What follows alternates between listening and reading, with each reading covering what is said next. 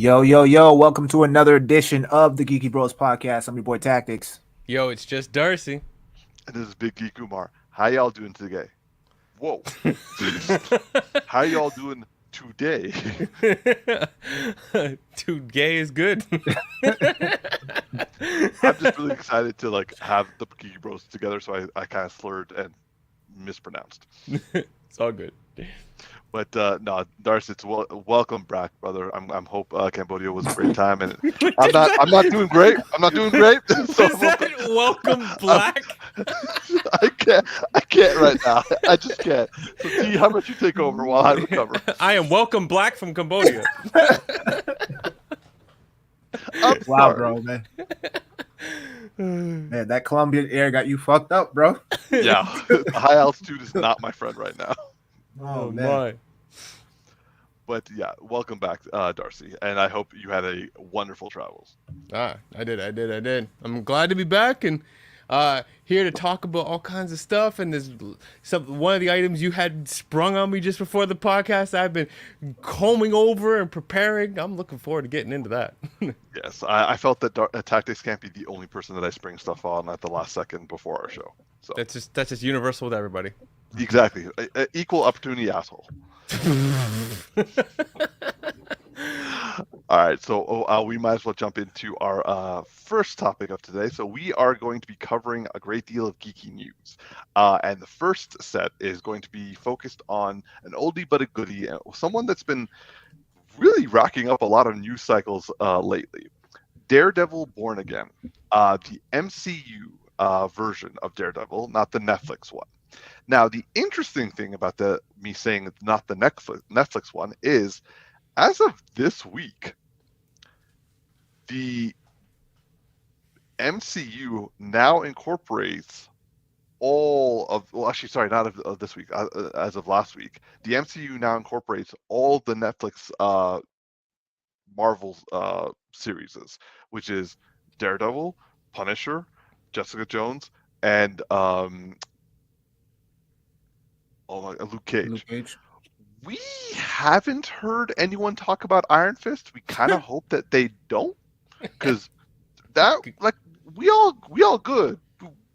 We good. We don't need that. Maybe he died and just written off screen or whatever the case may be. But the reason why Daredevil Born Again is in the news today, aside from the fact that we've been hearing that this show has had massive rewrites in order to kind of change up whatever the show was doing before, but also with the inclusion now of the Netflix canon into the MCU canon, it has now been reported that the character of Karen Page and Foggy Nelson, who were played by Deborah Ann Woll and also Eldon Henson in the Netflix series, who were said that they were not going to be part of the Daredevil Born Again, have reportedly, it hasn't been officially confirmed, but they have been reportedly approached and have been made to sign on to Daredevil Born Again.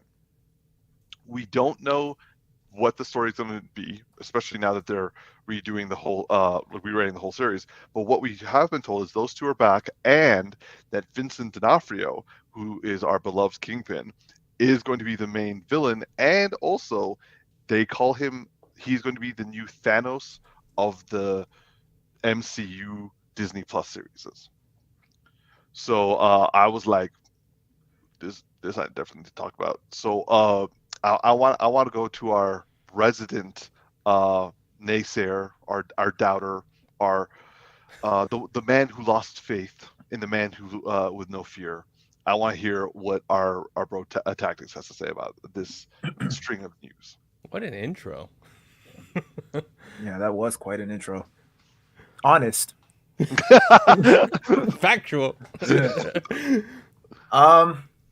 Let's see. What can I say about this? I like the fact that they got the OGs coming back. That's really intriguing, and the fact that all of the well, the series as a whole from the Netflix franchise is canon, which is good, because that potentially means that we will get to hopefully see Bullseye come back, and they can finish off where they left off. I mean, that's the hope anyway. So yes, this news intrigues me. I'm very pleased to hear this. This kind of changes my tune, in my opinion, on Born Again as a whole. Um, I'm still I'm still reluctantly optimistic about this.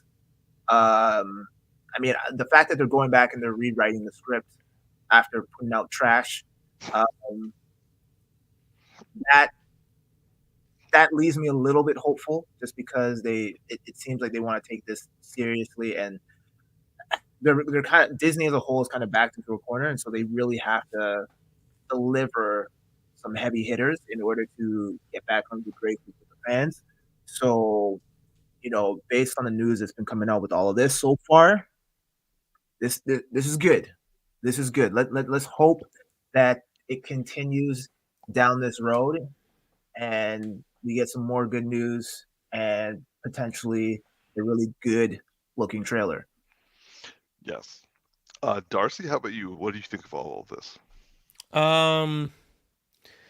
It's funny you call Tactix naysayer, because over the holidays, I honestly just came out of it feeling like I have no faith in MCU anymore. Like, putting it bluntly, shit. Like I was just like, leading into the holidays, like what's the show that was coming out over the holidays? It was Echo And What If? And oh yeah, I forgot about that. So all I see on TikTok is for What If is like everyone's just mad about too much. What, I forget her first name, Carter. I like the Carter stuff. I will say that they are leaning in hard on her because they know that that's their. It's like them leaning in hard on Loki. Yeah, it was more that everyone's like mad about the fact that it's like, where is Sam Wilson? like this, like we've had a whole arc for this woman, and we haven't got the person who's taken over the actual Shield. I hear that. And the last fight scene we got from him was subpar. But that was like, I'm not saying he did a subpar effort. It was like a mix of like the choreo and the actual editing of it. It was like, yeah, it's like, oh, here's this impenetrable shield that you're just gonna make feel like a toy for the first time in the entire series. So yeah, and then Echo, and I just saw some clips of some fight scenes, and I was like, nah, I'm not watching the show. I'm sorry. Like it just looked like, no. I'm so, and then I'm hearing all these different stupid decisions, and yeah, they were coming back to the point that like, yay, we're gonna like bring it all the Netflix stuff, and I'm like, I don't know. If it just sounds like people are just trying to like make up for all their mistakes, and there's more mistakes to be made. So I'm just kind of at a place where I'm not like super excited about the MCU, because I'm just like, I feel like we just been on a train of trash, and I don't know when we're gonna get off of it. So, but on this note, because when you were talking, something popped in my head. So I have a question for both of you. Okay. Because you were talking about bringing the Netflix shows back, but one that happens to be absent in that conversation, rightfully so. And so, Tactix, I have a question for you. Which would you rather rewatch, Iron Fist or Thor: Love and Thunder? That's a tough question because one is significantly longer than the other. Well, let's just say an equal amount of time, okay? Whatever equal amount of episodes matches up with the movie. And Umar, that's not the question I have for you. So you just hold on. Okay. So I have a counter question before I answer that. Can I? That's fair. Can I choose which episodes to watch on Iron Fist, or do I have to watch them in sequential order? Can you choose the editing of Thor: Love and Thunder? Because those are facts. Put it this way: like if I could just choose a random episode, I'm probably gonna go with Iron Fist and just choose the ones with 3 episodes. With Colleen in it. Three episodes. But like any 3 episodes? Okay, fine. Any 3 episodes since you're begging for it. Yeah, I feel that the answer was already kind of given in that response. Then yeah, I'm gonna have to go with Iron Fist. That's impressive. So Umar, my question to you is Iron Fist or Secret Invasion, their entirety?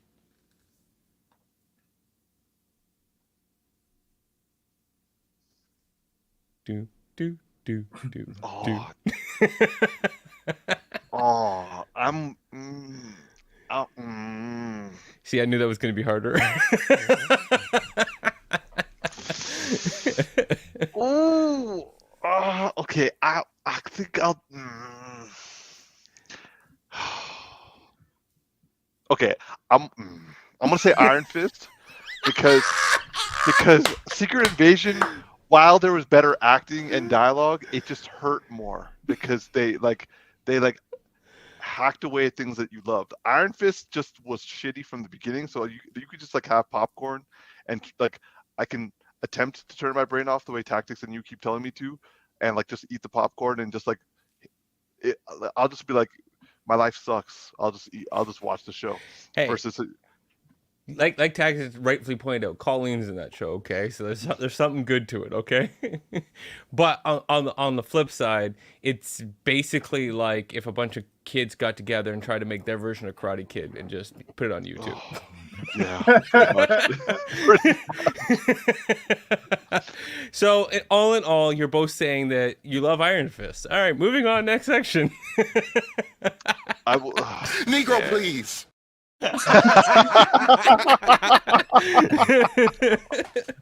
Well played. Well timed. Yep. Yeah.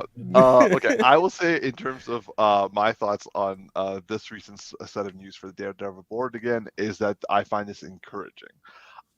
I will say surprisingly that Tactix and I seem to be relatively on the same page. When before Darcy, you and I were on relatively the same page, but like you guys have swapped, which is both interesting and also good because we all should be changing our positions until we finally get the results, and then we can like see for ourselves. But for me, I am hopeful.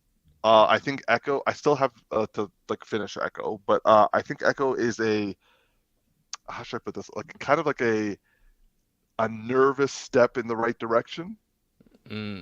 Because like since Disney is like definitely going into a new direction than they've ever done before, they're like, okay, let's go mature. And it's like,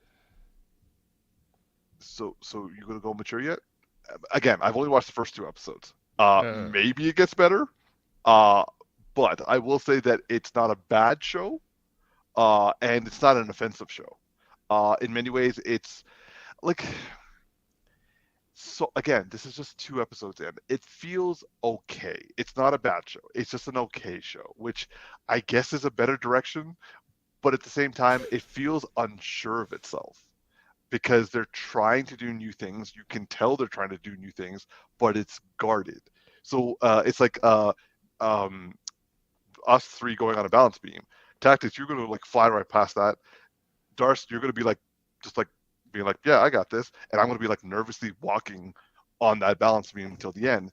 Everyone's going to be like, okay, he did it, but he was nervous as fuck while the other 2 actually know what they're doing. So I can't fault Echo. Now, again, I need to so finish hard it. on yourself, bro. Well, it did happen one time, so that's why I'm putting it that way. It's not like I'm pulling it out of the air. Nonetheless, I just feel that it's Echo. a balance beam. You might be pulling it right out the air.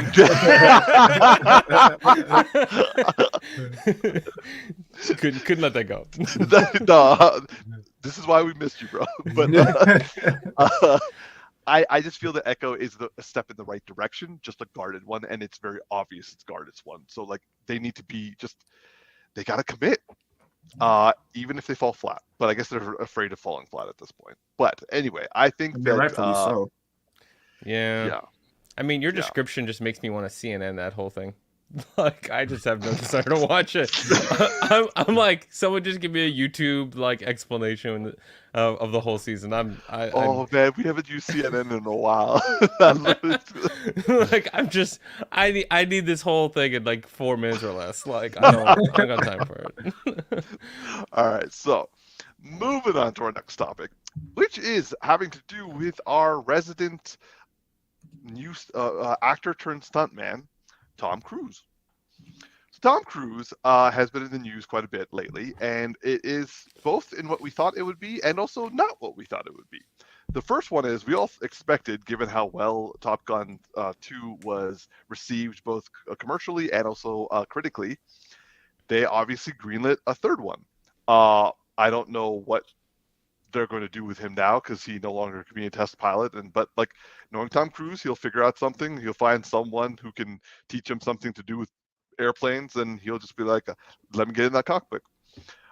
But on top of this, like I would say, like literally a day later, we received information that Tom Cruise has signed a new deal with Warner Brothers. He has predominantly been working with, I think, Paramount.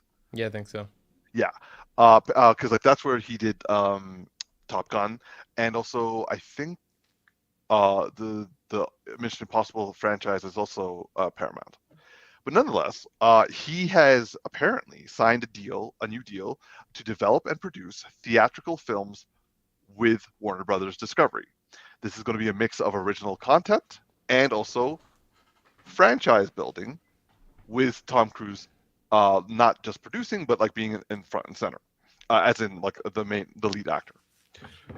So my thoughts on this are Warner Brothers must be so damn happy given the shit that they've been under, really, both with the DCEU, with a lot of very negative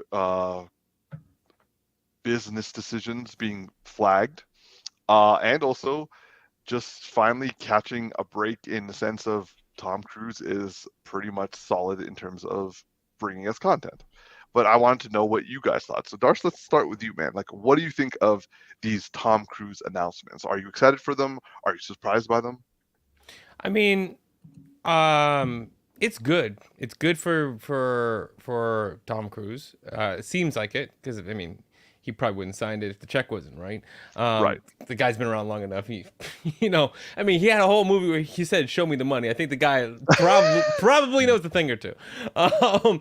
But on top of that, like from a WB's perspective, they need somebody who's going to bring in consistent cash, right? Yes. Like they fundamentally are in a place where they need that, and so having that consistent vehicle that he'll provide sounds good, and likely they're going to allow him to do certain things that he obviously would want because he wouldn't sign a new deal if he's not going to get it. I know that he created his whole production company at one point because they wouldn't let him do stunts. What the hell?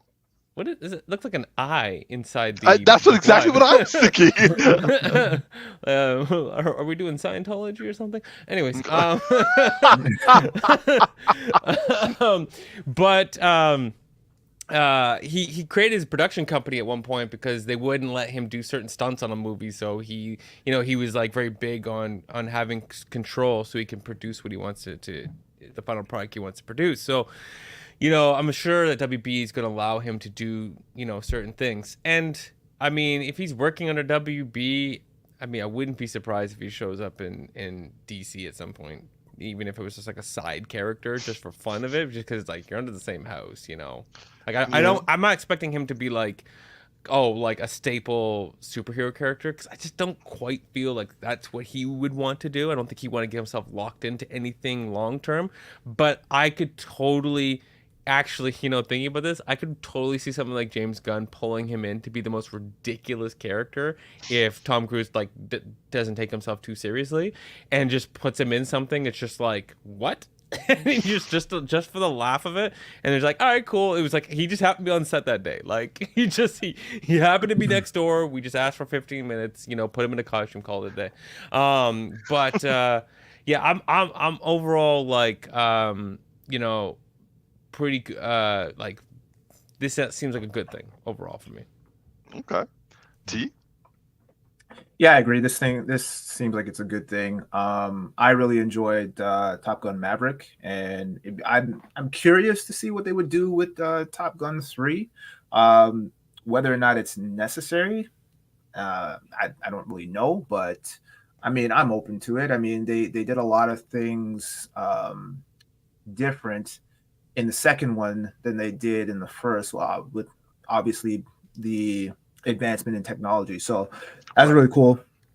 And yeah, I mean, Tom Cruise, like I feel like he's found his lane in terms of like the type of movies that he he's done. I read somewhere, I think it was Mickey Rourke, who was there was like a post where he went on record of saying that Tom Cruise is like a one trick pony, like, or a one note actor or whatever, given He like is.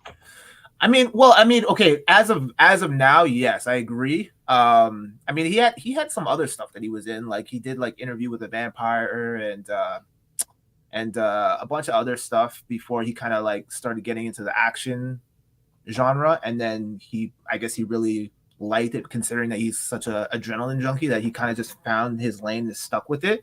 And I don't think there's anything wrong with it. It's like our guy Jason Statham. He knows where his lane is, and he stays in that pocket, and there's nothing wrong with that. And we still enjoy those movies, and just like we still enjoy a lot of the Mission Impossible movies and the Top Gun movie. So yeah, I mean, I think this is going to be good. So we'll see. On that note, I actually put, this is going to sound interesting, but Tom Cruise in the same boat as I can't think of his name. Who's the director of all the biggest movies of all time? Avatar. Oh, what, James Cameron? James Cameron. And what I mean by that is James Cameron wanted to go find the Titanic, so made a whole damn movie about it, right?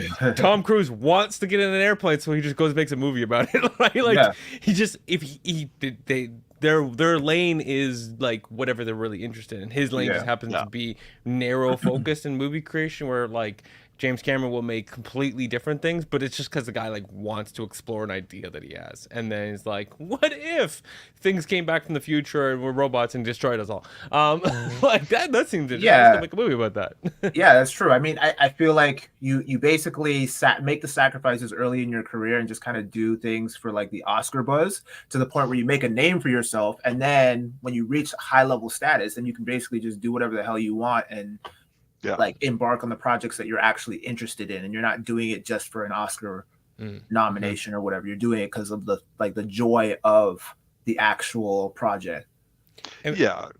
So I had one more thing. I want to get up before I forget it. When it comes to Top Gun, I actually had a theory when I was on a plane, like between Cambodia or something, whatever, that I was thinking about what that third film was going to be, because I think I was talking to my partner, and it's like, what would that be?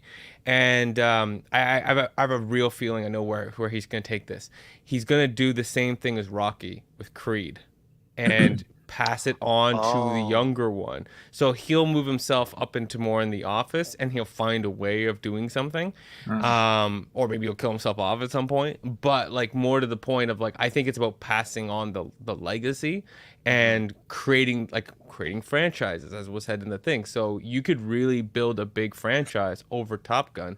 You just don't need to keep Tom Cruise around forever. And if you do that, then you really build out. And I think what's his name, Teller's character would be the one, because it was the whole history from the first film into this film. So what happens going forward, right? And he kind of plays the same role as Creed. So that's where I think it's gonna go. My only concern with that is that, like, and you make a good point, Darcy. It's just with the Rocky franchise, they had like several movies that built up with Rocky as the character first. Whereas we've only had now just 2 movies with Tom Cruise, right? So if they do that in the third film, I think that would be too early. I think maybe they have to build up a little bit more with Tom Cruise, provided that he wants to stay on the franchise for a little bit longer, or just kind of like similar to what you were saying about how eventually he takes a back seat, not necessarily dies, but like, you know, he becomes more of a mentor. But I think they still need to give him a lot more to do in that regard and build up his character a little bit more, in order to pass the baton on to someone else and have us care about it the same way we did with like Rocky and Creed. Yeah, and I don't think, and I didn't mean to allude to the idea like it would all happen immediately, because I could totally see where he starts to instead of it being like there's like this big gap and then Creed gets mentored by Rocky immediately, there's more of a like slow hand passing that's happening, because like we finish off some big arc with Tom Cruise's character and he goes more to the background, and the other one's coming more to the foreground. But that could also happen through whatever events that Tom Cruise is required to do in the third film forces him to have to pass the baton, say, into the fourth film, right? But he then shifts into pure Rocky mentor position and out from like the front line, so to speak. Yeah. I would say that like I've said this before. Like, as long as Tom Cruise continues to like risk his own life to entertain us, I'll go see his movie. And honestly, I liked what I think it was you who said it, Tactix. Like, I like the fact that like Tom Cruise has done his artsy like actor related stuff. Like, I loved him in The Last Samurai. Or actually, I like the movie The Last Samurai. I loved him in Interview with the Vampire, but that was more like an ensemble cast sort of situation. Eyes Wide Shut was a weird one. And Magnolia, I was too young to watch it to really appreciate it. I should probably rewatch it. But he Vanilla Sky. Sorry? Have you seen Vanilla Sky? Yeah. Yeah. Vanilla Sky, yeah. I still hold the Vanilla Sky was overrated, but to be fair, I watched it like 8 years after everyone had watched it. So for me, I was kind of like, I heard a lot of buzz about it. Then I watched it, I was like, that was me with the first Top Gun. And here we are. But like, yeah, like Tom Cruise has kind of like decided like he's done his dues, but he wants to keep making fun movies for himself and go for it. Like, we all watch the Mission Impossible movies. It makes no sense well, on most of any level, but like we're still there for like the stunts.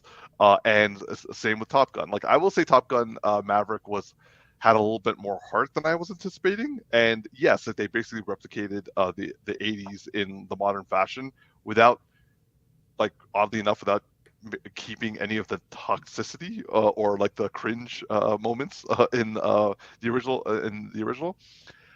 But I am looking forward to see where he'll take Top Gun 3. He does have a tendency of being able to entertain. In regards to what you said, Darcy, regarding him and Warner Brothers, I definitely see James Gunn being like, "Oh, Tom, you're on set right now. Do you want to do a cameo?" And he'll be like, "Yeah, okay." And like, he could be like, I don't know, Jor-El. Like, he'd be like the Russell Crowe of like Man of Steel, and play like Jor-El for David Cornsweet. And like, I'll be like, I'm okay with this. That's not quite where I'd want to go with it, because it's like David Cornsweet is like 6'5", the other one is like 5'6". Like it's like, dude, did mom cheat? Like, not. I feel like there's I meant like a smaller, lesser important one-off character, kind of like how he did with Suicide Squad, where just like an ensemble of things, just like throw a random person in there. Also kind of like how with Ryan Reynolds with Deadpool, how like they use like Brad Pitt, and you're like, what, right? Like, for a shot, like that kind of thing, where you're like, Tom Cruise, what? Move on. Yeah. Okay. All right. I was thinking more like just like, because I started thinking who in the DCU he could play, but that's probably a little too much thinking in that regard. But Mr. Mixel-Pitalik, or however you say his name. Yeah. Oh my God, that would be something. If he did that, it's like, I've accepted that I'm a short man. Right? And it's like, someone went to therapy. But oh man, now you said that, I want that. Now I'm gonna look through like Batman Rogues Gallery for like. I don't want him in Batman. I want him in like one of the extended stuff. Like, I want him to be like one of like how he could be Sinestro. Okay, yeah. I mean, we're thinking like full roles now for sure. I know. We've gone away from our cameo stuff, but like, you put it in my head, and like that, like, it just grew into something interesting. But nonetheless, I will say that I am. Warner Brothers needed this win. This is a win. No matter what people say, this is a guaranteed win on their behalf. They need the money, or say they need the revenue. And also, I'm interested to see what kind of new franchises he's going to make with him as the star. Clearly, like he's like in his 60s now, so like I mean, Liam Neeson has proven that you can still be an action hero in your 70s, so he's still got another 10 years left. But I don't know how much he could be running at that time. But we shall see. I do find this news rather interesting. And I'm just going to do a quick shout out to Ron R, who decided to float up our comment section saying that Iron Fist, don't do it. I hear you, but like Darcy put us between a rock and a hard place. We really didn't have much of a choice. The next one is, I have not watched Secret Invasion, but man, you have to be drunk to watch Iron Fist. Again, you're not wrong, and I essentially said that. I would have to some degree, have some impairment to rewatch Iron Fist as a series versus Secret Invasion, but Secret Invasion just hurt. Then she's like, it's like Sharknado. You watch it for entertainment. ... drunk. I feel Iron Fist hurt Ron R. Like this feels triggering.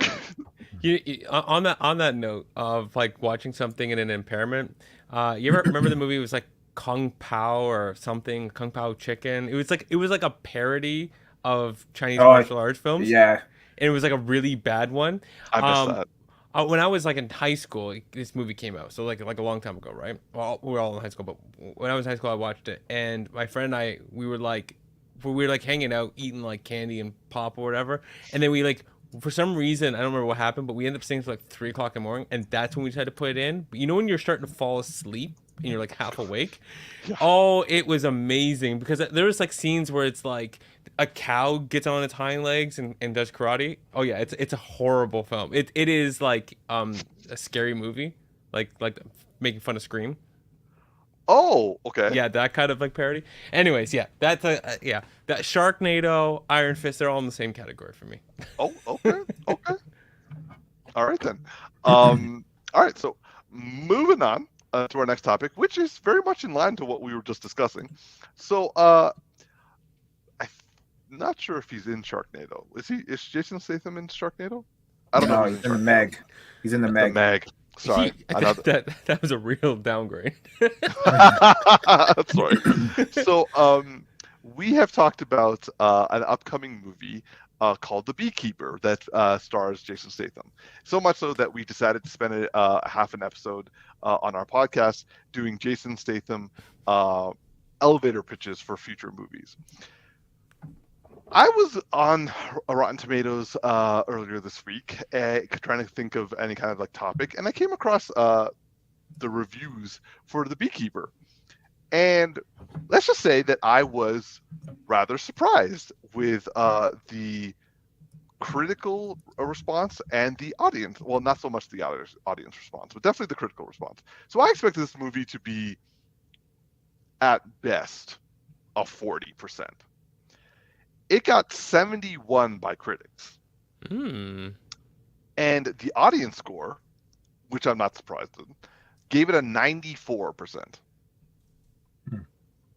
And the critical consensus, I should say, for The Beekeeper is under Rotten Tomatoes, cheerfully undemanding and enjoyable retrograde. The Beekeeper proves that when it comes to dispensing action thriller justice, Statham hasn't lost his stink.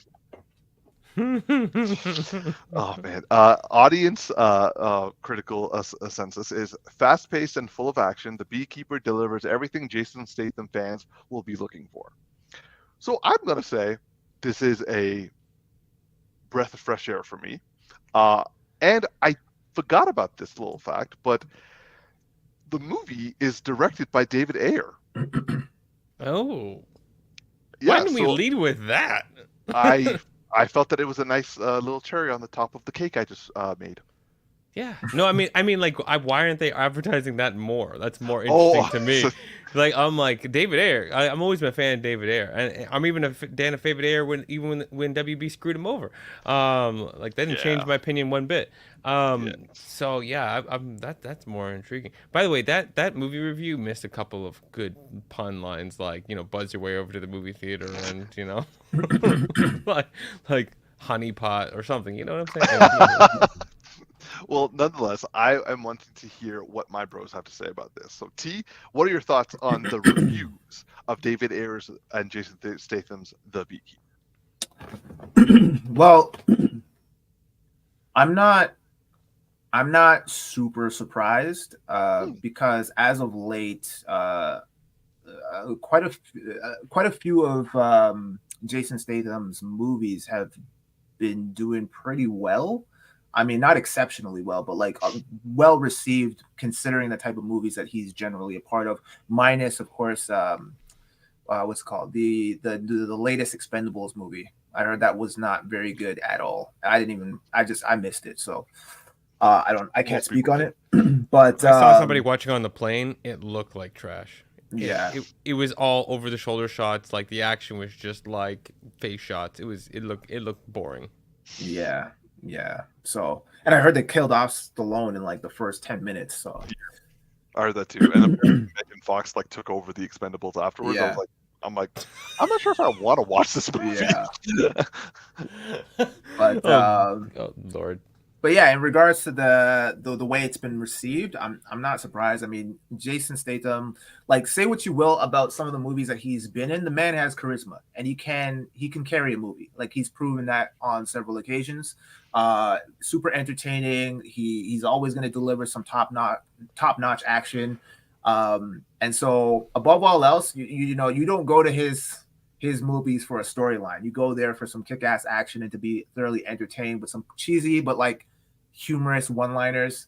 And you know, that's going into this. I'm going to watch it on Sunday, and going into this, I that's what I anticipate to get from this movie. And it's, by the sounds of it, based on the other reviews, sounds like I'm going to get exactly that. So I'm good, man. I'm happy.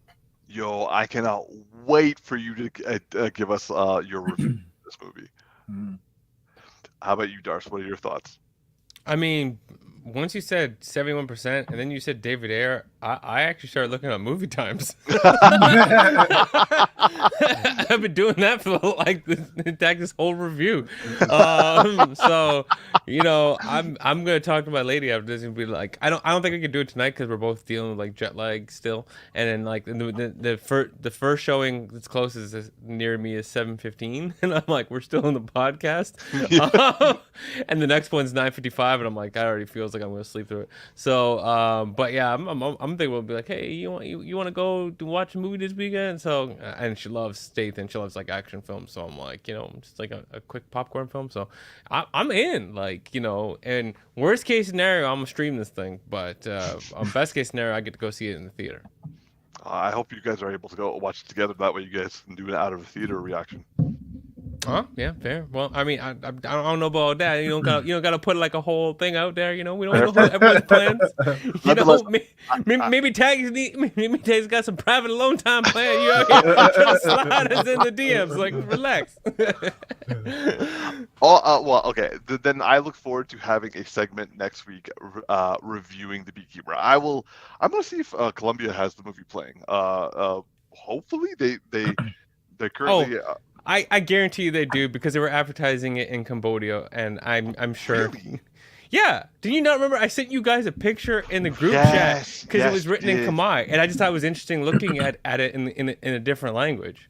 And then the fact that it was also all the way in Cambodia, I was like, oh, okay, this film is definitely being released everywhere for sure. Yeah, but Umar, you still have to watch Saltburn. So Saltburn? Oh, nah, Darcy, we'll talk about this later. I can't hear it for a third time. T. We can't do this to me. Come on. I'm definitely interested to know what Saltburn means, but the title of that sounds like paint dry, but I don't know. It's just the way that it sounds. Let's just say that, like, it's a movie that came out that Tactix saw that is messed up, and he explained how it was messed up, and then he explained to another friend of ours while I was in the room why it was messed up, and I was like, I don't want to go watch this, but he was like, yo, go take your girl. I was like, I'll propose it.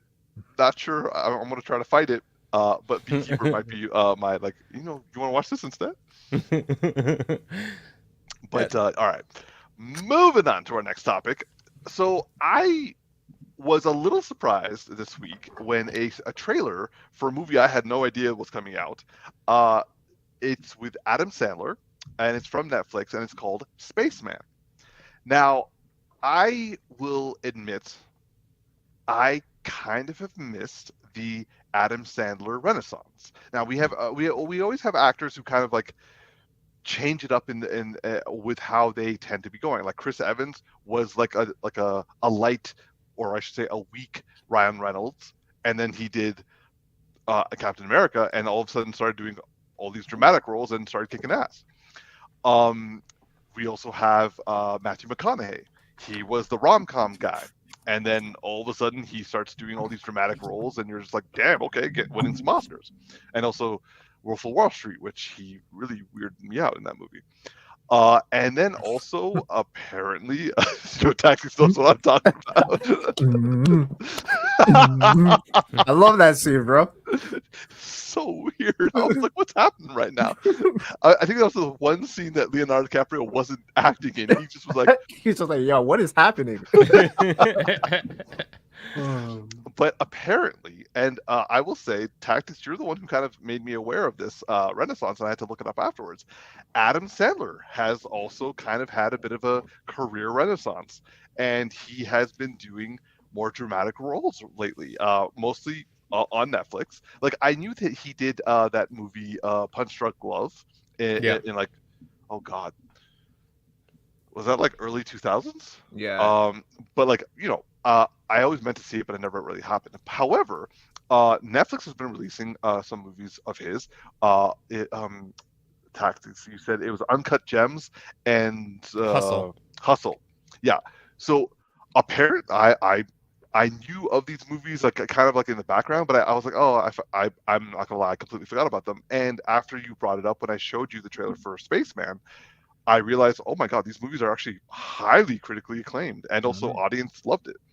So the trailer for Spaceman came out. I watched it, and in my head, I'm like, when did Adam Sandler start like doing like intensely dramatic roles with like massive amounts of introspection and nuance?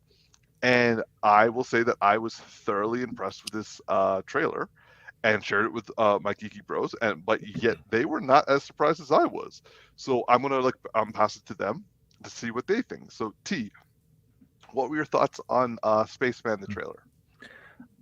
I'm very intrigued by this movie, and like I told you guys off air, I've been really impressed with Adam Sandler's choices in projects, and also his portrayal of the characters within those projects. Like, and I'm what's also equally impressive is, you mentioned like Matthew McConaughey and Chris Evans, and I agree wholeheartedly with like their ability to transition into these specific roles. But specifically when a comedian can do that and channel and channel that dramatic essence in such a way that you forget that the person is funny or from a comedic background, right? Where it's like, because not every comedian can do that. And like, for instance, like Kevin Hart, he's got a body of different work and stuff like that, and he's tried to dabble and mix in a lot of different genres here and there, and like, I don't think he's really found his groove yet in terms of his dramatic roles, and like he's trying to dabble in a lot of different things, and like it's just not working. I've always just been more of a fan of his stand-up versus his movies. But with like Adam Sandler and like Jim Carrey, even, like, I'm super impressed by those guys, their ability to transition so well and so seamless. The GOAT, man. The GOAT. Yeah. And yeah, like with Adam Sandler, I remember watching Punch Drunk Love, and like it was like it's like I admit that movie's not for everybody. Some people might not like take to it as well as others. I definitely was one of those ones that really enjoyed the movie because I was pleasantly surprised, because I grew up like watching a lot of Adam Sandler's like comedy movies, and like I was a fan. And then after a while they kind of got really gimmicky and like too campy and shit, and then I kind of fell off. I felt like he fell off, and then he started to transition into the more dramatic stuff, and then I was like, oh man, this dude can actually act. And now with this trailer, I mean, I feel like there's going to be a lot of like really impactful moments in there, and like just and the dialogue between him and this supposed like alien or whatever it is. I feel like there's going to be a lot of heavy dialogue in that regard, and it's going to be a very introspective film, which is something that I tend to enjoy. So I'm actually looking forward to this a lot because I've enjoyed Uncut Gems, I enjoyed Hustle, and yeah, I feel like Adam Sandler's found a new wave of a new genre that he's really mastered and he's been bodying so far. So I'm looking forward to this. Darcy? Well, I'm totally random no, because you said it and made me think of it. Going back on the Kevin Hart statement, I agree that, like, you know, or in general with like comedians moving into dramatic roles, it doesn't always work, but they do have generally when they do it, they do it better. They have an easier time doing dramatic roles going from comedy than dramatic actors do going into comedy, like in the reverse. Yes. But I will say there are 3 Kevin Hart films that he did dramatic roles that I actually really enjoy. I just want to call them out because I'm like, I feel like they're missed by people. The Netflix one he did called True Story, which which is like him. It's like a pseudo kind of meta thing of him of being a comedian who's really famous, but things go like really sour. And Wesley Snipes acts as his brother, and Wesley Snipes like absolutely steals every scene with that character he plays. But Kevin Hart freaked me out because it was like, yo, are you trying to tell us something? Are you trying to tell us that you killing people out like, you just like feel guilty and you gotta do a whole movie about it? And then the 2 others I want to call out: Fatherhood and The Upside. And The Upside was done with Bryan Cranston. And that was like fantastic. So I'm just calling it out because I found okay. So I went in thinking it would be a dramatic role. Also, Bryan Cranston's fantastic. But like I felt that it was more of a comedy. It was like more comedic. It was a mix. It was a mix. Yes, I felt like there was just like there's good stuff in there. Like, yeah, if you're talking pure entirely dramatic roles, no, he definitely still brings elements of himself in there. And by the way, I just gotta say, this picture here is creeping me the hell out. I hate spiders, and these eyes are. We should probably have a trigger warning for anyone watching this. It's too late. It's too late. I'm arachnophobic. Sorry. So I found out the voice of the spider is Paul Dano, aka the Riddler from the Batman. That's good. Man, he's getting work. Yes. Sorry, Darcy, you were going. Yeah, no. I'm not entirely arachnophobic. I'm like a little bit. I'm actually trypophobia. I have like it's a heart fear of holes. Anyways, I digress. If you ever throw a picture up of like crazy it's like, alien holes? Yeah, it looks fucking. Yeah, I know what you mean. I have that too. So there's I feel like it's a black thing because like every black person I know it's like got this same phobia.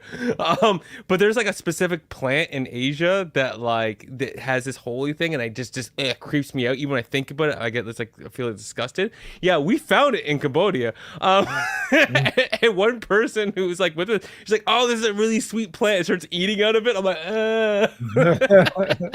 I digress. Anyways, random stories. Going back to this Adam Sandler film and just in general, Adam Sandler has been doing a great job with dramatic roles. I will say that I am less excited about this one, and it's not because of Adam Sandler or that I think this film won't be good or all that kind of stuff. I'm just not the biggest fan of isolation films descending into madness. That concept, not the biggest thing, especially considering like I am a work from home person and I do actually have a high level of isolation. So just watching that film makes me go like, why do I want to make my own isolation at times feel worse? So yeah, I'm like, I think it's going to be good, but I will say I'm going to be like the last person in this to watch it until everybody else tells me I have to watch it, unless they're like, oh, it was good.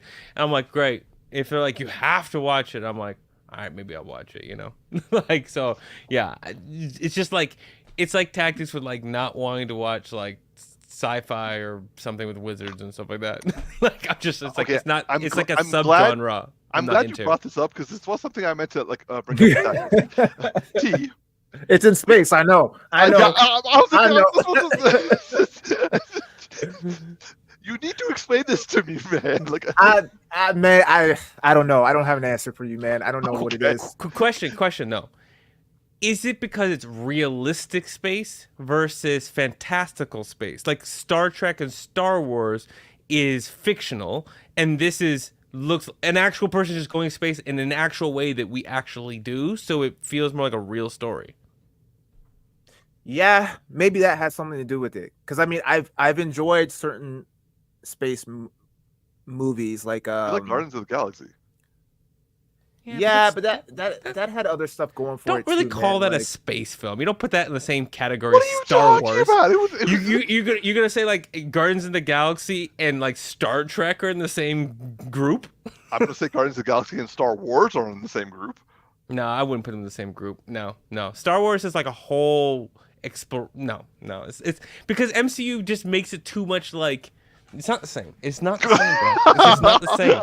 Like there's overlapping similarities, but it doesn't feel like I'm really learning about space when I go into the Guardians of the Galaxy. It feels like I'm just like at a planet. Here's a story. These guys are fighting these people. When it's like Star Wars, I feel like I'm actually expanding. Bro, you got me triggered with trying to say Guardians of the Galaxy. It's like a space odyssey or some BS. Like, what's wrong with you? People in the chat, tell Umar he's wrong. Okay, let's go back to Tactix. Okay. I'm gonna have to side with Darcy on this, man. I don't know, man. Whatever. I'm right. That's the reason why I'll always go to a Guardians of the Galaxy movie, but I'm like Star Wars. I'm kind of like, they're the same thing. They go to different planets. Not. They go to different planets. They do a bunch of hijinks. They get into a bunch of fights, and then they fly off to a different planet. See, that sounds like a fun Guardians of the Galaxy movie, but I wouldn't. That's not how I would describe a Star Wars film. No, because Star Wars has a level of more depth related to the actual galaxy itself, and also has elements that are just like less. You're gonna say that the prequels had more depth? I'm talking about Star Wars as a universe. I'm not saying in specific films have massive amounts of depth. It's just like. Well, Ron R sides with you guys. She says first she hates birds. Oh, right, because you guys were talking about spiders and also other things. So like she's saying she hates. Oh yeah, I can see that. They are not the same, Umar. Yep, they're just not. Why are you never on my side, Ron R? I'm just saying that. Okay. Anyway, she's on the side of truth. All right, so for those of you who, I probably should have done this at the beginning. For those of you who don't know, Spaceman is a 2024 film coming out from Netflix. It's based off a novel called Spaceman of Bohemia.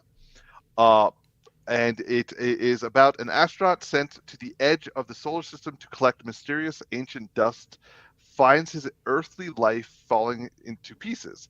He turns to the only voice who can help him try to put it back together. It just so happens to belong to a creature from the beginning of time lurking in the shadows of his ship that looks like a really creepy spider.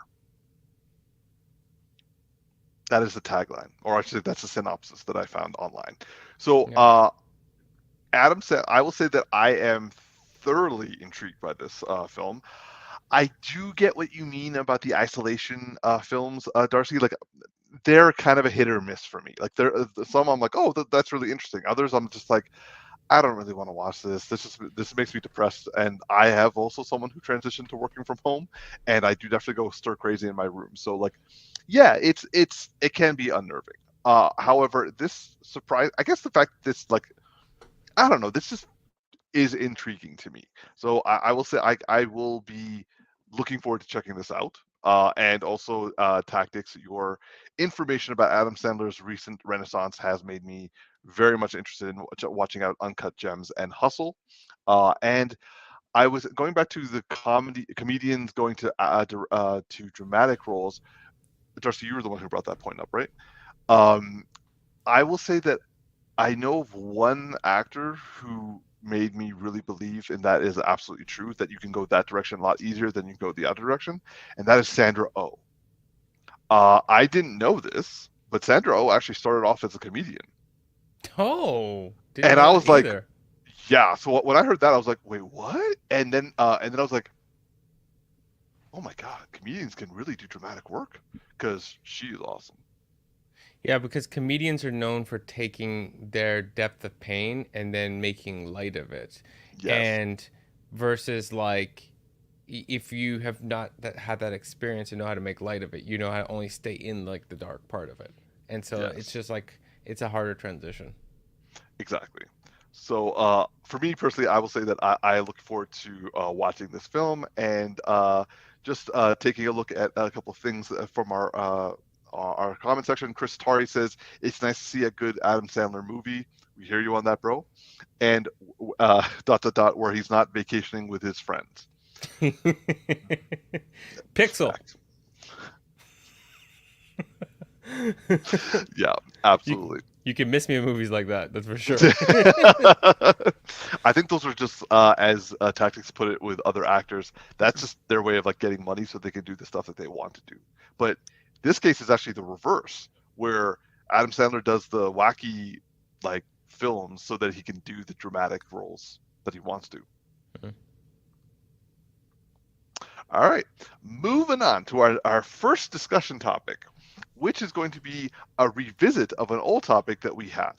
So in a previous podcast, while Darcy was living large in Cambodia, Tactix and I stumbled upon an Instagram post of an individual ranking Batman films from 1 to 14.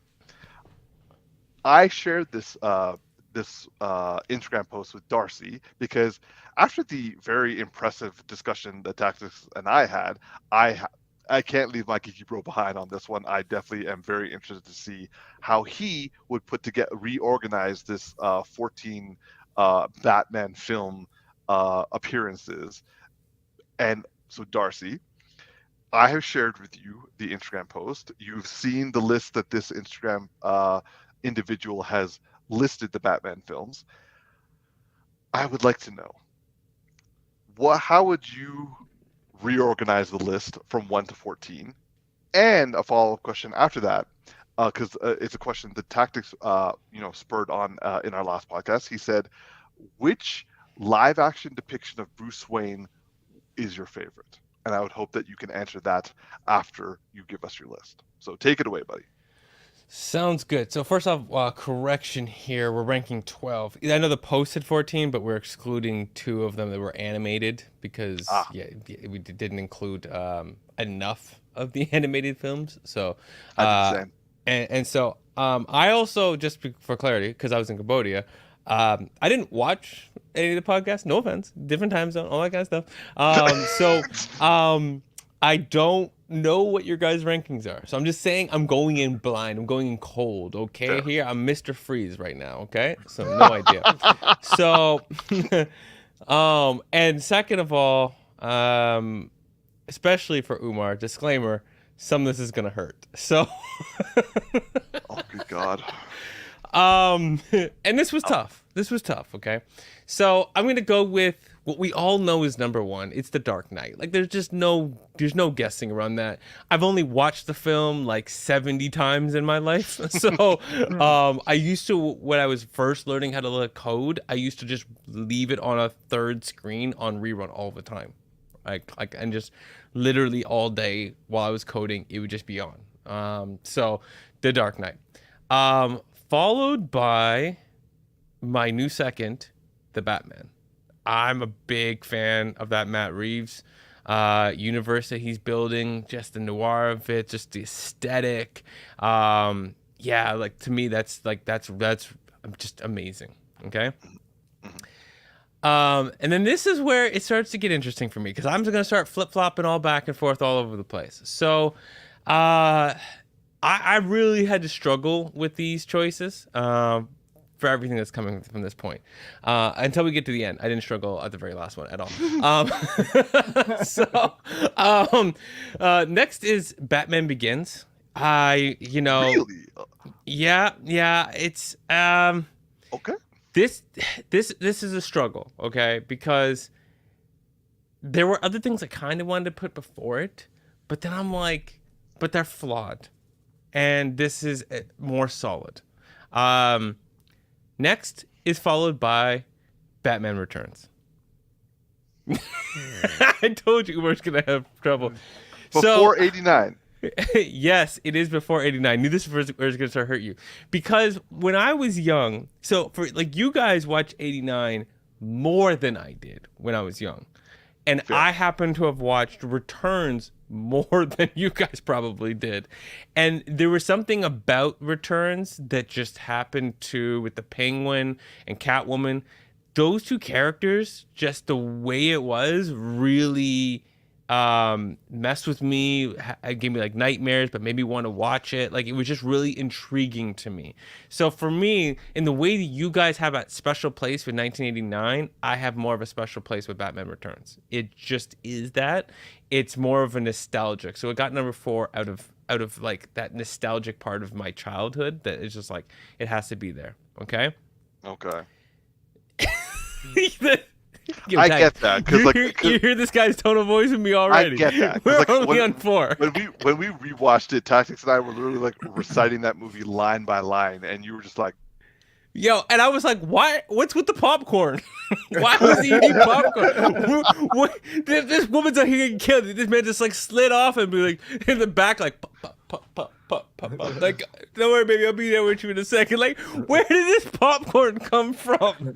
Like, when you have a scene where they forget like how the person looked and they like put the wrong shirt on them and they come back in, you're like, what the hell? Like, it's like there was a whole plot point missing on how this popcorn showed up in this scene because it makes no sense to me. Anyways, I digress. Number 5, The Dark Knight Rises. On the strength of Bane. The film is not perfect, but I like Bane. And I think about that character. Like Tom Hardy's character, I think about him. Okay. And now this is where it's going to hurt you. Batman 1989. Yo, T, how you holding up, man? I'm good. It's on my list. See, I knew Tags ain't gonna be offended by none of this stuff. Yeah, because I don't have as much nostalgia as you, and the popcorn. But no, it's obviously I love it. So it's in the top 6. Okay, the top 6 of the 12. Okay. Now next is the Snyder Cut. I just want to see what Umar is going to do. Because I did actually like the Snyderverse. It's not perfect, but I like things about it. Followed by BVS. I mean, let's not forget, Umar. There's not much left, bro. Why? That's what I'm not angry. I'm not going like what? I'm like, okay. Your face looks like you're getting mad because it's on the list, and I'm like, but you gave me the list, okay? Don't be mad that it's on a list that you provided me. No, I hear you. Okay. Okay, like just for context, right after BVS is Batman Forever, okay? Like, oh, okay. Yeah, you see how this makes sense now? Because I'm like, I love Jim Carrey, but when I think about the rest of that film, it's a struggle. so like Jim Carrey is the only good part of that film. It's basically like when I think of that film, the cut I think in my head is called The Riddler. Like, I like Val Kilmer in that. Yeah, I did like Val Kilmer back then, but there's still something that's like that ain't Batman. That ain't Batman. You know what I mean? Like for your Bruce Wayne question, he ain't on the list. So like I'm just saying, like that tells you everything. After Batman Forever is Batman and Robin. Right? Followed by Batman the movie, because I haven't seen it. But underneath all of this is Justice League the theatrical cut. And I'm just telling you, that's how much I hate this film. That Batman and Robin is a film I'm watching before Joss Whedon's version of Justice League, okay? Wow, okay. And I'm watching Batman the movie, which is an Adam West version, and I hate the Adam West version of Batman. And I'm watching both of those. Both of those. before you can bring out that Whedon cut. Because if there is anything that pisses me off as much as Thor Love and Thunder does for Tactix, it is that Whedon cut. Okay? So there you are. That's fair. All right. And for the Bruce Wayne? Yeah, so this is not a fun question. I was not happy that you asked me this question at all. I'm sorry. Because none of these people are Kevin Conroy. That's facts. So I just put 3 people down. Okay, I put 3 people down that from a Bruce Wayne perspective that I really like, but I kind of want them all to be together. Okay, and the order goes like this, and this is kind of my order of how when I think of like the live action versions, they don't match the Kevin Conroy version for me, but they all bring a different flavor. And so it goes Keaton, Affleck, and Bale. Affleck beat out Bale. Interesting. Okay. Oh, easily for me. Interesting. But it's a different flavor. See, I like Bale because when I think of like him doing the Playboy side and then doing other things, yeah, he did probably the best version. Keaton did a good Playboy in a campy, fun way that I also love to think about. And then Affleck did a completely different take that was a very good Bruce Wayne in a very specific storyline of from the Dark Knight, the Dark Knight Returns. Yeah. Like that version, which is not like the other 2. So that's like my top 3, but I can't really say that any one of them for me is quite Kevin Conroy, so I just kind of feel conflicted. One thing I'm really interested to see, though, is the evolution of Bruce Wayne under Pattinson over, like, 2 more films, you know? Because, like, we very much clearly haven't got to the Playboy, and will we start to get it in the next film and finally get it in the 3rd film, kind of a thing, right? So, like, that would be intriguing to me. And what does that look like in that universe? But I'm not expecting that it's going to beat out the other ones. I'm just saying I'm intrigued to see where that goes. And for the last thing on this picture here, Val Kilmer and George Clooney are not on this list, bro. Okay. All right. Well, thank you for giving us your list. I find it surprising, but also interesting. Any pieces of feedback from either of you? T. I think Val Kilmer slept on as Bruce Wayne, if I'm being honest. Like the film itself was not great, but Val Kilmer, he delivered. There was something about his. Say what you will about his Batman, and I didn't even really have an issue with his Batman per se. Some of the one-liners were kind of cheesy, but like Val Kilmer's Bruce, that was trash. But like so, a lot of the scenes that he were in his portrayal of Bruce Wayne was believable to me. It was probably the most believable thing in the entire film. Interesting. Maybe I have to go back and see if I have a different feeling. I will personally say that I enjoyed Val Kilmer also as his Bruce Wayne Batman perspective. Like I would say that his costume did not do him any favors. However, I did like his attempts of showing a Batman side while attempting to show a more seasoned Playboy-esque, like more businessman Playboy-esque version of Bruce Wayne. It was. I would have liked to see Val Kilmer back in his day in like a good director's hands as Batman, because like in that shit he shone through, in my opinion. Yeah, I mean, I always loved that film as a kid, but then I've rewatched some scenes and I'm like, I don't really like it as much as I did. It does not hold up. But that movie made "Kiss from a Rose" into a massive song. I was actually listening to Seal talk recently and how he released it, and it wasn't. He had released that song for like a year, and it was a failure. And then the director Schumacher was like, he loved Seal stuff, and he'd asked him if he could like pull it up and put it into the movie. Yeah. Any other thoughts, T? No, that's pretty much it. I mean, Any feedback from you, Umar, or trauma from that I conversation? think you all saw my reactions to your list. So Yeah, we like did. so I think I will say that I found your placement of Affleck's Bruce Wayne. The reason why I was surprised is because, in my opinion, Christian Bale and Michael Keaton's Bruce Wayne's were those were the two alternatives, right, Darcy? Yeah. Yeah. They had more screen time than Affleck's Bruce Wayne, which is why I was a little surprised that you had placed him as second. I would have thought that I had a feeling you'd put him on the list, but I thought he would have been your last one. But I think I was like viewing screen time as a way of like gauging the interest of the character. But you're right, like you don't like screen time does not equate to the effect the character can have. Yeah. I mean, it wasn't like, I put him in order, but it wasn't like a strong 1, 2, 3 in my mind. It was more of like, you're just people that like I like, and I don't really want to make a decision. Okay. Fair enough. All right. Moving on to our last topic. So I had an interesting idea. Sorry. So we have a message from Jimmy Chong. "Kiss from a Rose is the anthem of our generation." He's not wrong.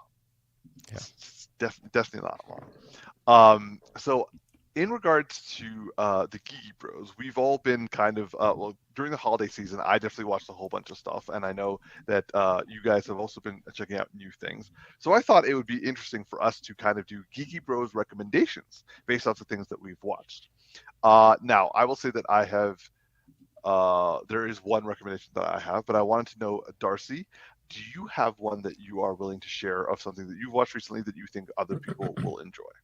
Yeah, Blue Beetle. I mean, I did watch it on the plane. I forgot about it before the podcast, and then you were talking at one point about WB, and I was like, "Oh, Blue Beetle!" Popped into my head. Oh, by the way, before I actually give a recommendation, Blue Beetle literally has the same exact problem as Miss Marvel. Yeah. In every part that the family and the culture happened, it was awesome. And in every part that was superhero, it sucked. Except for the costume. It looked amazing. Cool. I would say the villain in that was also, yeah, you know what? I can kind of see that. Like, the superhero part is where it was weakest. Like, there were elements that were good. There was elements that were bad. The main female, I forget her name, she was horrible. Like, the actor, her character. I mean, it was bad. But anyways, I digress. I had to bring that up. No, the another thing that I watched on the plane that I would like to recommend. And am I going in like explaining it at this point, or am I just giving you a title? Give the title and kind of like your 2 cents. Okay. The Brother's Son. So I was just before I was getting on like my second flight to come back home. I had heard, just seeing people posting on social, "Oh, this Brother's Son." I didn't even know about this film until I hear people say, "Oh, this is amazing. It's not perfect, but it's amazing," right? And I kept hearing that over and over again. I was like, "Oh, I didn't even know what this was." And it's like, "Oh, there's a TV series with Michelle Yeoh." Like, okay, that's interesting. And so I go download the whole season before I get on the plane because 20-hour flights, you need it. And yeah, so this basically features, let me give a kind of a synopsis on this. So we have Michelle Yeoh here, who is the mother of these 2 boys. And as you can tell by their demeanor, they're very different. And the reason being is that so she and her husband were part of one of the triad gangs in Taipei, in Taiwan, which is ironic because I was watching this while flying out of Taipei. But anyways, and so, she decided at one point, they made a deal, her and her husband, that she wanted to make sure she wanted to basically separate from her husband, and she wanted to raise her sons differently, but she made an agreement with him that he could keep one son, and she took the other son to Los Angeles. So the one son grew up very soft and not part of the gang, and was completely oblivious to the fact that, you know, the family is part of the triad. And the other one is an assassin who is nicknamed Chairleg, because when he was a kid, he beat the hell out of somebody and killed him with a chair leg, and became a legend for it. And he's just basically Asian John Wick, put it that way. Like, okay. Which, I mean, John Wick is technically, if you go back to the actor, half Asian, but you get into the point what I'm trying to say here. And so it's an action comedy, and yes, it's not perfect. There are moments that are not perfect, but they're so insignificant to how much I enjoyed this thing. Once I started getting into it, I just want to keep watching the next episode. The fight choreography, for the most part, was like fantastic on nearly every element of it. The comedy is what like really like, it was so fun, because it's like there were moments that are like Dexter, like literally they are hacking people up with a saw in the kitchen, like in a Dexter-like way. And the mother is just making like comments like, make sure you clean up properly, or like it's just like in the way that a mother would if you spilt milk, right? Like an Asian mom just being like, make sure you clean up. And it's like you're just like severing a head, but it's just like so contrary to what the situation is, and she's so unfazed by it. Right? It's just, and then of course the younger son is like, what is going on? Like what? Like he's like the audience, like what the hell is like happening here? Because he has no idea. But over time, he ended up finding out that he's really smart. He ends up having this like really smart strategy. Like in the end, he has to make a very specific play to win power over something. I don't want to allude to what it is. But the decision he makes and how he plays something, you're like, holy crap. Once he says, he's like, this is why I did this. And you're like, oh, damn. You are like, yeah, you definitely part of the family. Like you smart, but like he handles stuff in a different way. And then Michelle Yeoh is amazing. And the one thing I loved about this is that she can fight in her character, but she's not a full martial artist. But at one point she does do something, like she takes care of somebody, and the two sons are like, wait, mom can fight? But the best part is that when she acts out the fighting scene, she's not a very good fighter. So I'm like, she's having to act as if she can do less than she can actually do in real life. And I'm like, that's how good of an actor you are, that you physically make it look like you don't know how to do what you actually are capable of. Except for one scene where she grabs like a telephone and like the cable moves in a certain way, and I'm like, okay, you just too good. That just look way too badass for your character in this moment. But we all let that slide.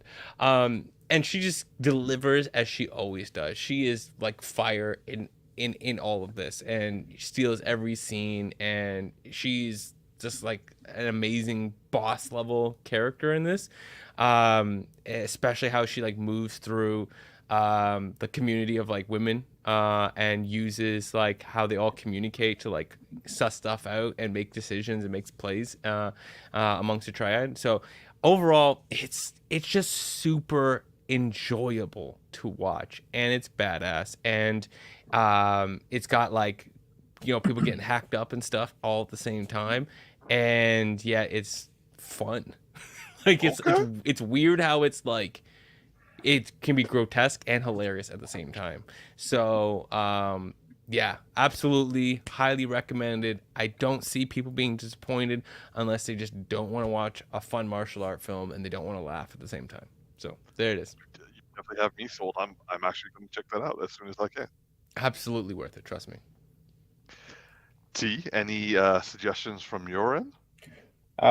Yeah, so the one that I started watching, I haven't finished it yet, is Blue-Eyed Samurai, or Blue Eye Samurai.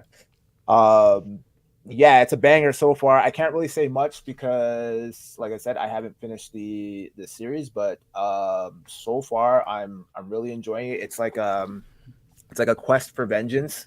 storyline, and yeah, I'm really intrigued by it so far. That's pretty much all I got. It's How solid far all the way in through. it are you? Yeah. I think I'm on either episode 4 or 5, but So yeah, about halfway through. it's action packed, very very bloody, but highly entertaining, and the animation is really solid. I'm enjoying the storyline, and the main character is really intriguing. So yeah, I'm all the way in. Yeah, I checked it out earlier as well. I will say that I completely agree with everything you said.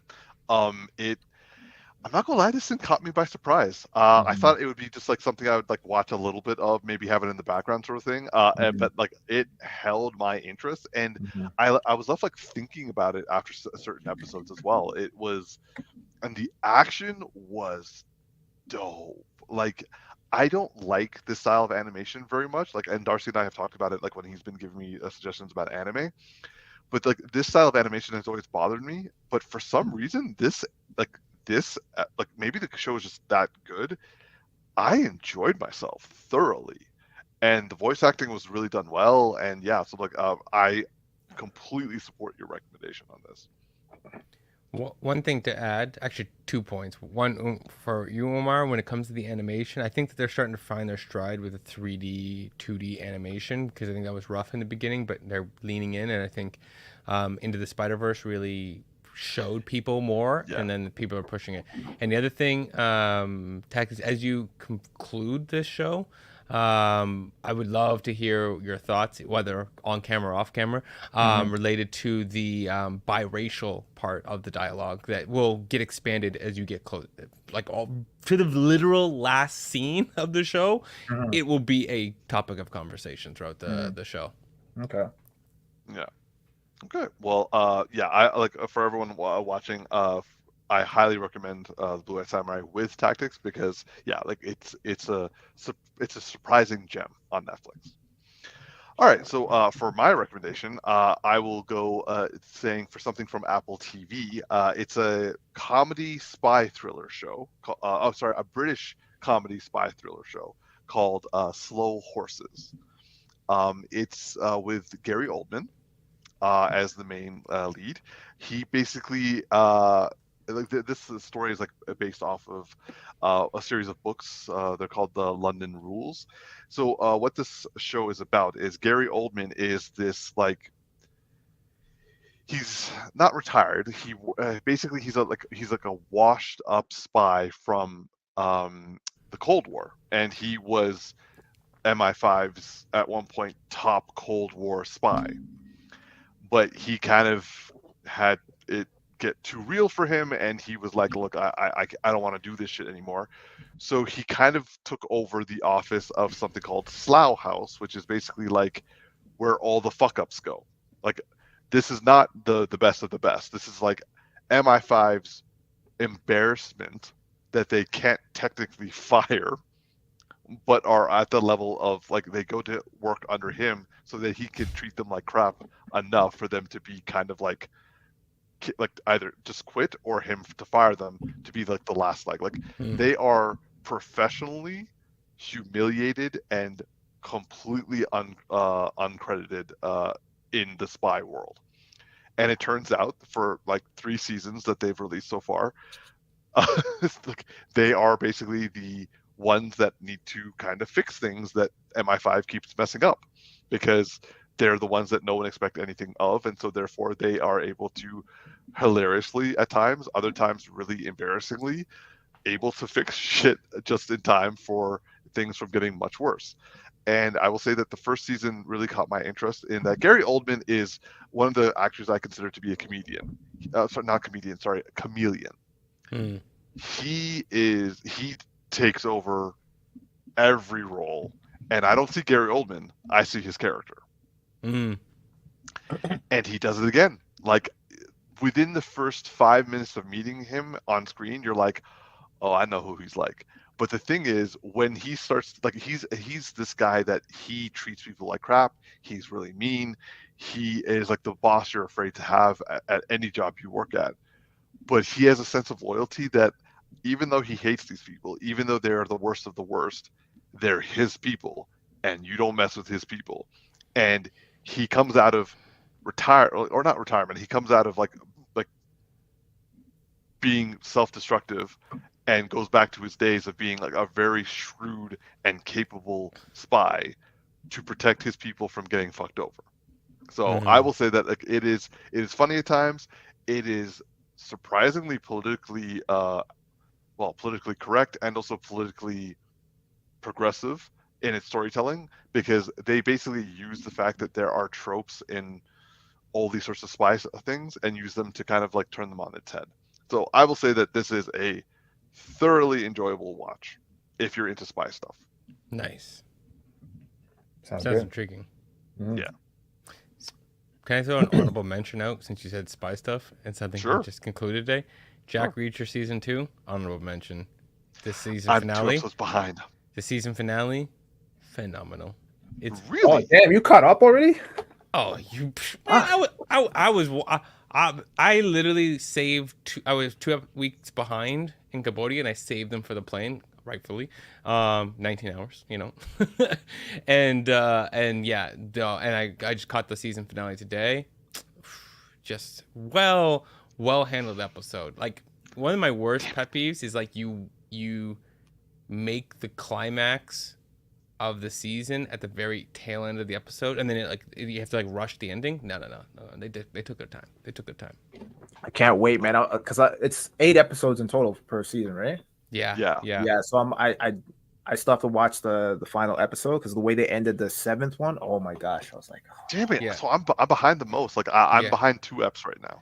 Yeah, no, it's I looking at them as a whole, season 2 better than season 1. Like I remember watching a video clip from what's his name, Richardson? I forget his real name. Alan Richardson. Alan Alan Richardson. He was saying that when he was coming off filming Fast X, he got the script for the 2nd season, and he immediately called up the screenwriter.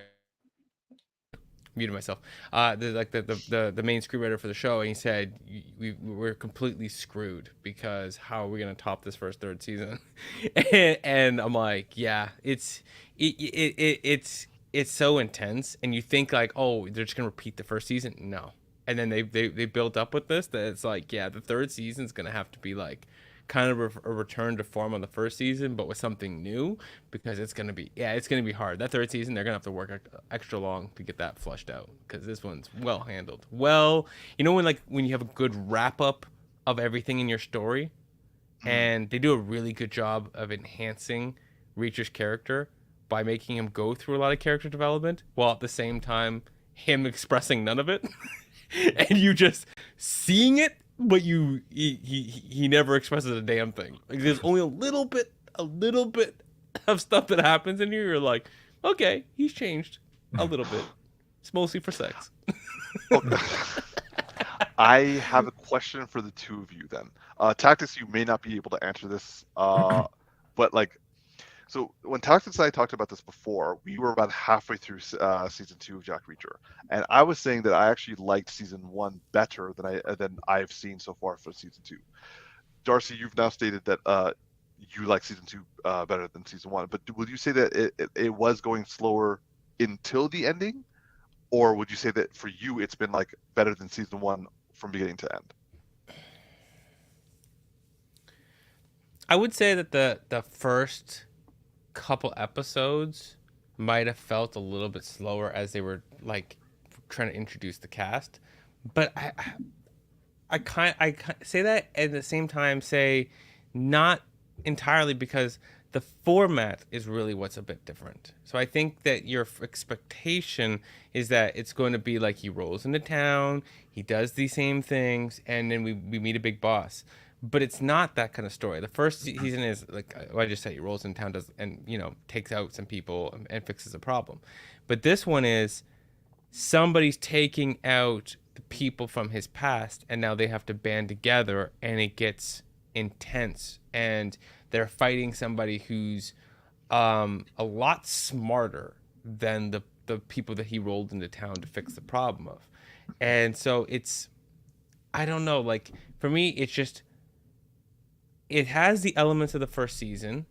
It takes away a little bit of the sweet charm of that town, and replaces it with heavier, more emotional weight. And for me, I like it more because the end really sets in the emotional weight and the quality of Reacher's character at the very end.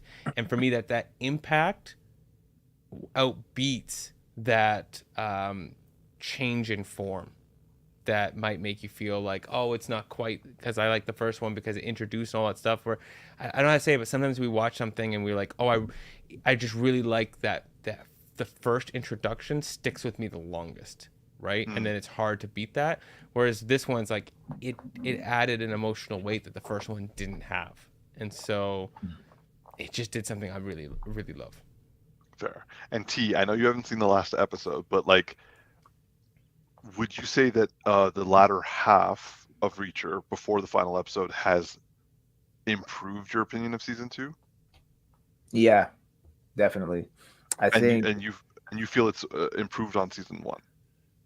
yeah. So for me, I feel I agree. I agree with Darcy in the sense that I feel like we had this expectation going into season 2, and because it didn't meet that expectation, I can only speak for myself, but I think for me initially I was kind of like, it felt, in a lot of ways it felt very much like a Reacher show, but also different in a lot of ways as well, which makes sense because a lot of these stories they're pulling from the actual books, right? So Right. there's always going to be a different kind of storyline to kind of explore, and so that's kind of what I feel like we've gotten with with season 2 in relation to season 1, and I almost equate it to, not in terms of like the show in terms of comparison, but like the show You that on Netflix, right, where it was like I think they're in their fourth season now, and like I was like on board with the first 3 seasons because like the first season was really really strong, and then like season 2 and 3 they kind of built off of season 1, but they like leveled up to a certain degree. But now it's to a point where now going into season 4, it's like it's gone from like this obsessive character who is trying to cover up his dirty past and for love and stuff, and now it's become like a who done it mystery thing in season 4, so it feels like almost like a completely different show. Right. That doesn't really work quite as well, whereas with Reacher it feels like there's a lot of similarities in terms of season 1 and season 2, but it also feels very different and refreshing, if that makes sense. And so that's kind of why I'm like, now going into like being it almost, me having almost completed the season now, I have much more of an appreciation for where the storyline was going and where it ultimately will end up based off of what Darcy's saying. So I'm enjoying it. Yeah, I'm enjoying it more than season 1. Okay, interesting. Well, when you get that season finale though, bro, trust. You're gonna be happy. All right. Well, I am now very excited of checking out the last 2 episodes of Reacher, because I'm not saying that season 2 Reacher was disappointing in any regard. I just found it less interesting than the first season. But it could be that like I hadn't thought about the fact of the unconscious comparison to the first season in terms of expectation. You know what I think it also is? I think because there's a lot more characters in season 2, so there's less focus on Reacher. I mean, the show is still very heavily focused on him, but to a lesser degree than the first season was.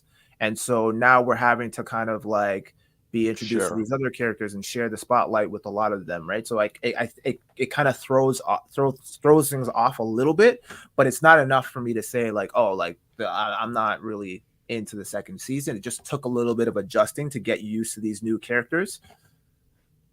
Yeah, I will not say that. Like, I do not think season 2 is disappointing. I've been enjoying season 2. I just felt that season 1 was tighter and more interesting. However, you guys may be right. I may have unconscious bias for wanting to have a repeat of and also a focused Reacher perspective. So, and again, like I haven't finished the story, and if the ending hits the landing, that could like retroactively make the story much better. I'm like almost done, so like I could be at a lull that has just like feels like it's a season-long lull as opposed to an appropriate point. But oh no, that's really interesting. Thank you, Darcy. I'm jealous, and I'm definitely going to try to catch up. Well, I mean, all you gotta do is click a couple buttons and sit back, so it won't be that hard. All right, I'm going to volley it back to UT for our closing remarks. All right. Well, we want to thank you all wherever you are, whether you're watching at home or if you are listening. Yeah, this is another edition of the Geeky Bros Podcast. We want to thank you for tuning in. Please like, favorite, and subscribe if you haven't already. Tell your friends about us. I'm your boy Tactix. Yo, it's just Darcy here. And this is Big Geek Umar. Live long and prosper, y'all. Have a great weekend. Peace. See you next week.